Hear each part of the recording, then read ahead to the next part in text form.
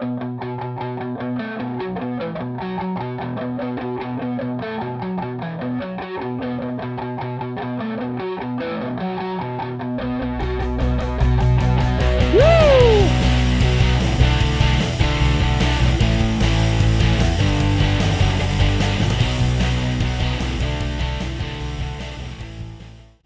is up, guys? Johnny on the track back here with another video.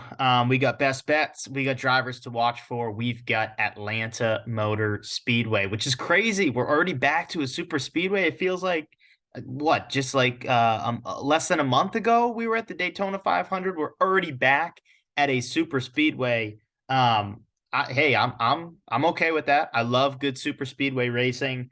Atlanta was good last year. It really delivered some good hard racing. I'm not the biggest fan of them changing Atlanta, but I will say super speedways are entertaining and like I said, those races were fun. It's a lot narrower and skinnier than say a Talladega. So there is sort of a different style to this race and this racing in general. Even though it's super speedway racing, it's tough to go three wide at Atlanta with the way they built it. So should be fun, should be exciting. But we got to get into some bets for this race. I just want to preface by saying I always say, what do I say about super speedways? Bet small to win big. You bet small to win big. That's what I recommend doing this weekend with Atlanta at super speedways. The odds are always in your favor for the reason that, anybody can win, quite frankly. Michael McDowell a couple years ago when he won that 500, I think he was around plus 10,000 for a bet that hit. So, you got to take that into account. And like I said, it's going to favor the better. So you bet small to win big. So how I'm going to do this is I'm going to list a lot of names that I like. And again, I think when it comes to super speedways, you can really spread around your bets. If you're betting with, say, $100, you can spread around your bets on 10 different drivers for $10 bets and still net a really good amount of money depending on who wins. But case in point, the lowest odds are plus 900. So a $10 bet will win you $90.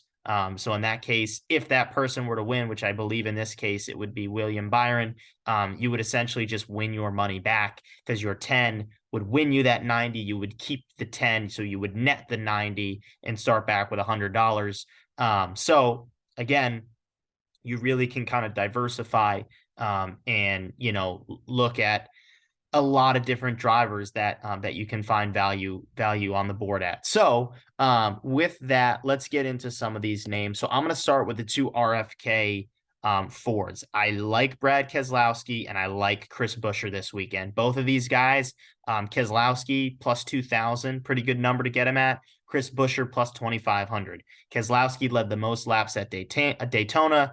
In terms of not the weekend, but in terms of the Sunday race, he was the fastest car to me all race long. He looked really, really strong. A couple things didn't go in that team's favor. Buescher still did end up getting a fourth place finish. He had a great run. Buescher, the pusher, really, you could call him, because he pushed Keselowski all race long. Did a really good job. I like those cars here, especially Brad Keselowski, who's a proven super speedway ace, really. I think what you've seen from RFK in general this year is they've made huge strides. And especially now at a track where Brad Keselowski loves super speedway racing. I think he's going to have a fast car. I think Buescher's going to have a fast car. I think they're going to work as a team well. The Fords overall were very, very, very strong at Daytona. And although they didn't end up winning, although it was Ricky Stenhouse Jr. with that Chevy ending up in victory lane, Fords looked very good. So I like Keselowski plus 2,000. I like Buescher plus 2,500. You probably can get plus odds on both those guys for top tens. Maybe top five, maybe you want to try a top five with those guys. I would definitely spread things out. But two names I would circle on the board: Brad Keselowski and Chris Buescher. Let's move to a larger underdog, but a guy that was really, really solid at both Atlanta races last year. That's Corey LaJoie. His best NASCAR finish came at this track and this specific race last year, the spring Atlanta race. He then almost went on to win the race here in the summer, if not for a late move by Chase Elliott to block Corey LaJoie. He was out, and that was the end of this day. But man, he put on a show. He deserved a better finish, and he was battling with one of the best of them all race long in Chase Elliott. I think it's only a matter of time before Corey LaJoie gets a win at one of these super speedway style tracks. So I like LaJoie here. I think he has to be on your card, even if it's a small bet of, whatever it could be, 5, 10, 25. Definitely look at like a guy like Corey LaJoie this weekend. Then I got two more Fords on the Stewart-Haas camp, Eric Almirola and Ryan Preece. Almirola, another guy, looked good at Daytona. His car wasn't as fast, but you could tell he was solid, running up front. He's a two-time dual winner, one being this year. He's a two-time super speedway winner. One at Talladega and one at Daytona. So he's a really good, solid super speedway racer, and he really hasn't had a good start to the season. But where he showed flashes was at Daytona, led a lot of laps and won a duel. So I think a track like this for Eric Almirola is exactly what he needs to get his season back on track. And then Ryan Preece, another guy that was really, really fast at Daytona. He was up there all day long with Brad Keselowski, with Chris Buescher, had a really good finish in stage 2, I believe it was. He showed flashes. He continues to improve. I like Ryan Preece in this spot. I think he has a really good finish. Maybe it's not for the win, but maybe it's for a top 10, a top 5, something like that. So Almirola at plus 3,000 and Preece at plus 5,000. And I forget if I mentioned, but LaJoie is plus 5,000 as well. Two bigger names now. Let's go back to some bigger names, Bubba Wallace and Ryan Blaney. Bubba Wallace plus 2,000. Honestly, since last year's Daytona 500, we really haven't seen Bubba do what he does at a super speedway. I think that's going to change this weekend. I think the strengths of this team are on 1.5 mile tracks. And even though this is a super speedway race, I think Bubba Wallace is going to have a very, very, very fast car, and I think he's going to be up at the front a lot of this race. I like that's a lot of what kind of Bubba built his style on, and we really haven't seen it. Like, we didn't really see it at Daytona. We didn't see it towards the end of the season last year, but his style, 2 years ago when he won at Dega, and put on a show at the Daytona 500 last year, was he would like to be up front. He would like to be in the action. We just haven't seen that from him. I think with a fast car, he's going to be up front at this race quite a bit. And I think it's going to pay off for him. So Bubba Wallace plus 2,000. And then, like I said, Ryan Blaney plus 1,200. Another guy that was really good at both the Atlanta races last year. He had some really good finishes.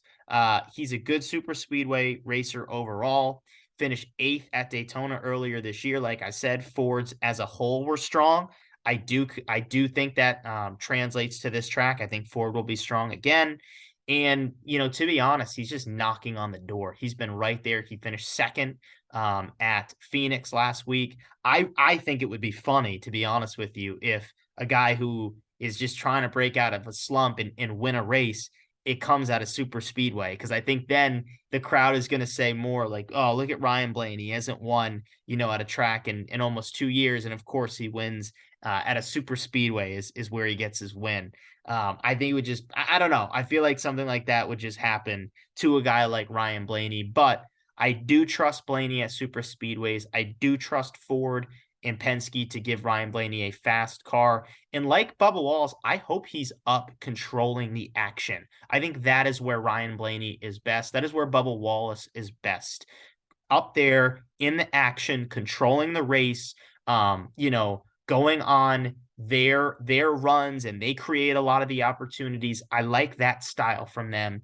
And I hope that that's the style we see.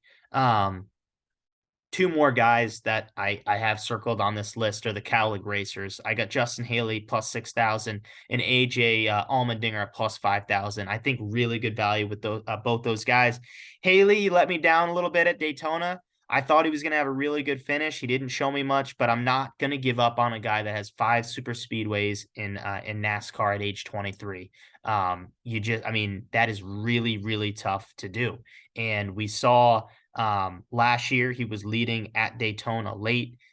He is just a really, really experienced, even at 23, he's a really experienced and smart super speedway racer.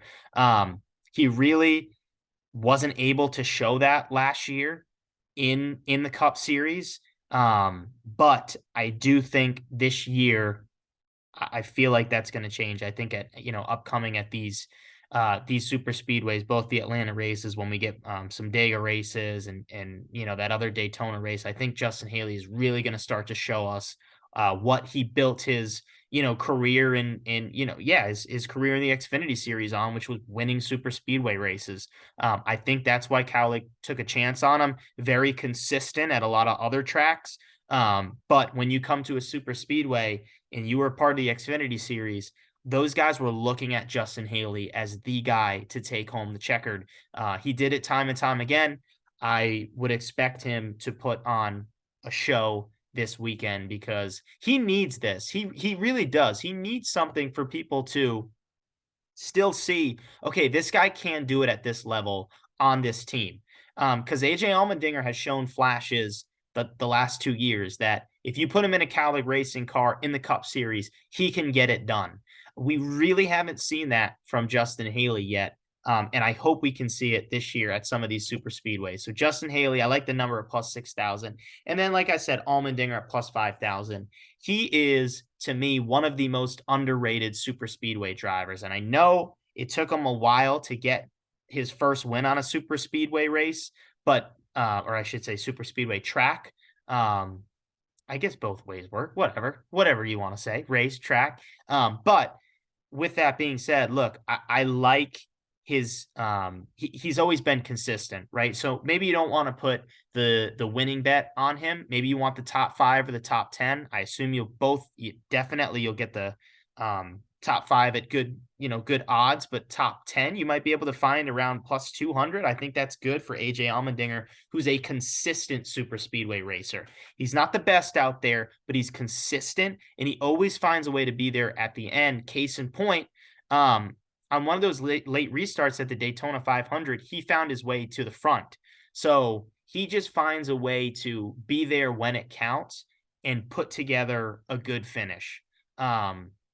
I would love to see him win because honestly, I think if he were to win at Atlanta, he would definitely have a chance to go back to back with Coda being the next race. And speaking of back to back, the last guy that I have on my list here is the guy who is currently going back to back, looking for a three-peat, being William Byron. He's the defending champion here in Atlanta. I don't love the odds. I believe right now it's anywhere from plus 900 to plus 1,000. I don't love the odds, but I'll tell you what, I don't want to be the guy that misses out on betting William Byron if he wins 3 races in a row. He has looked so strong to start this season. Hendrick Motorsports as a whole, Larson has been great. He basically dominated Phoenix, didn't get the finish he deserved, ended up finishing, fourth? Right? Third, fourth, something like that. Let me get that real quick so we can get that. Yeah, fourth place. But Larson has been great this season, a ton of speed. Byron has been great this season, a ton of speed and 2 results to show for it. Alex Bowman, 4 top 10s. Him and Blake Harris have clicked on all fronts and all levels. Maybe he's a name you want to look into this weekend. Although I would like Alex Bowman better at a track, excuse me, like Richmond and, a lot of those mile and a halves that we're yet to race on. That's where I like Alex Bowman. But what I'm trying to say here is Hendrick Motorsports has been locked in on all cylinders. They've just really been the class of the field at most of these places. And although, Larson maybe should have won last week instead of Byron, and then even the week before at Vegas, probably Larson should have won. his teammate is getting the win, and then his other teammate being Bowman is right there finishing top 5, top 10. And then you got Josh Berry, who seemed like is clicking things together. He just finished top 10 at Phoenix. So Hendrick's been the class of the field. Like I said, I do not want to be the guy that misses the opportunity to bet on William Byron for a three-peat. That does not happen very much in NASCAR to win 3 races in a row. William Byron has a unique opportunity to get that done at a track where he is the defending champion at. He won this race last year. So William Byron is in a good spot. Again, I don't love the odds, but I would say take the chance on him, a guy that is just oozing with confidence right now. So let's go through that list again real quick, and we'll go through the odds. So the RFK Fords and Brad Keselowski plus 2,000 and Chris Buescher at plus 2,500. We're looking at Corey LaJoie plus 5,000. We got the Stewart Haas Fords and Almirola and Priest. Almirola 3,000, Priest plus 5,000. We've got Bubba Wallace at plus 2,000. We've got Ryan Blaney to look at plus 1,200. The 2 Cowlick Chevys, Haley plus 6,000, Allmendinger plus 5,000, and William Byron anywhere from plus 900 to plus 1,000. I'll say it one more time. Let me reiterate it. Bet small to win big. A lot of value on the board at super speedways. Trust your gut. I do think this race is going to be hectic. I think it's going to be chaotic with the win in your formula and format. You have a chance if you are one of those low guys. Now there's no rules on top 30 in points. So if Ty Dillon goes out here and wins this race somehow, Ty Dillon will be in the playoffs as long as we don't have over 16 winners, which could happen. But I feel like, with what we saw with Hendrick this season, I don't know. It's leaning towards we probably won't see 16 racers. So again, a guy like Ty Dillon, a guy like Harrison Burton, Todd Gilliland, those guys that are usually running in the back of the pack, if they get a win here, which is definitely possible, this could really shake things up. So like I said, a lot of value on the board.